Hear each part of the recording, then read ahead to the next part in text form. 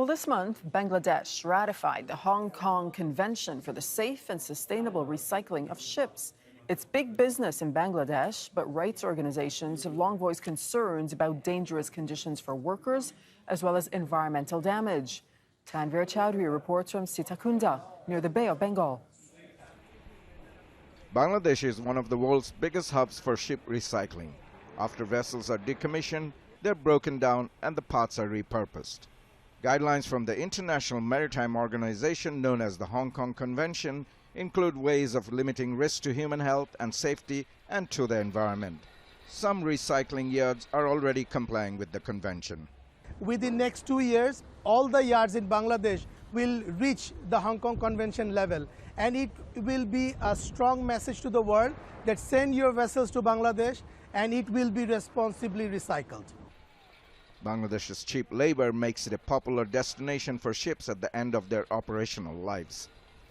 The sector generates substantial income, an estimated $2 billion in 2022, and creates many jobs.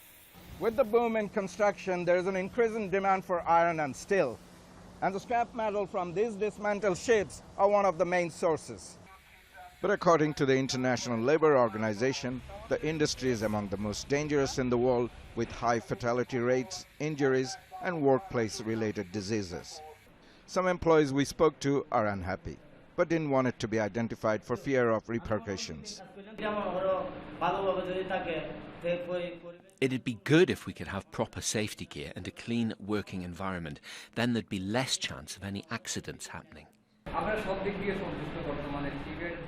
Working conditions are better than before, but workers are treated badly.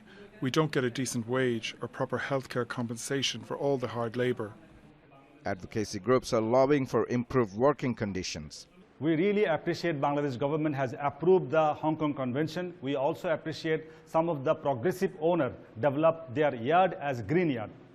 But the concern is there are many yards who are not following the convention. The International Labour Organization says employees need union representation to protect their rights and workplace safety committees to ensure they have the power to refuse dangerous jobs. Tanvir Chaudhry, Al Jazeera, Sitaikunda, Bangladesh.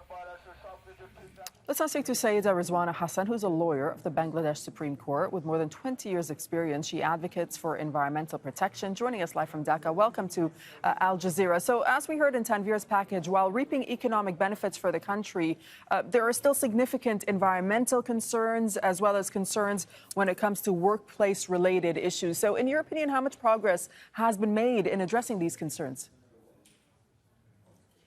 Thank you very much. I don't think much progress has been made.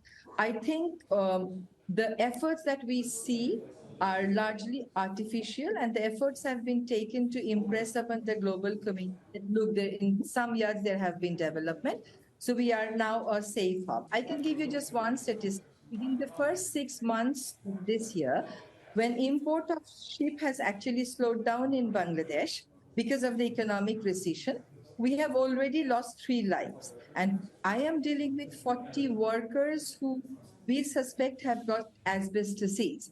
So I don't think general improvement has taken place. I think some yards have taken some improvement measures, which I would consider seriously artificial. Right. The reason is all taking years that we have in Bangladesh are on the beaches. Okay, let me ask you this then. In your opinion, what will it take for the sector to remain competitive, yet environmentally sustainable and safe for workers?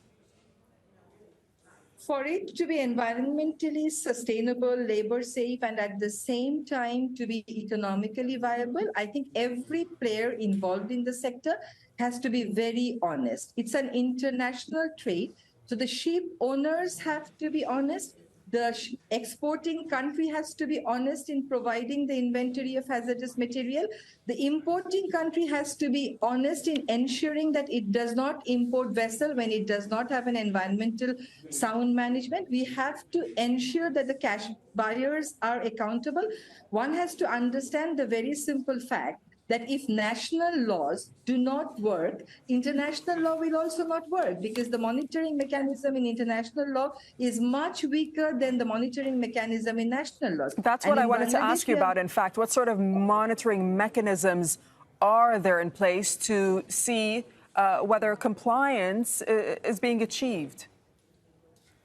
I would say that the shipbreaking industry, as it is operating now, it's a classic case of global corruption and global hypocrisy. So I don't see any monitoring mechanism here in Bangladesh.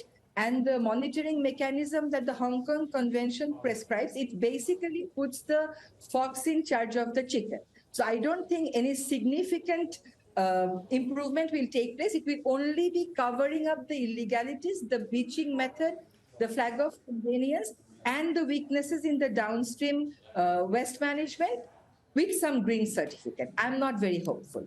Okay, we'll have to leave it there. We thank you so much for joining us from Dhaka.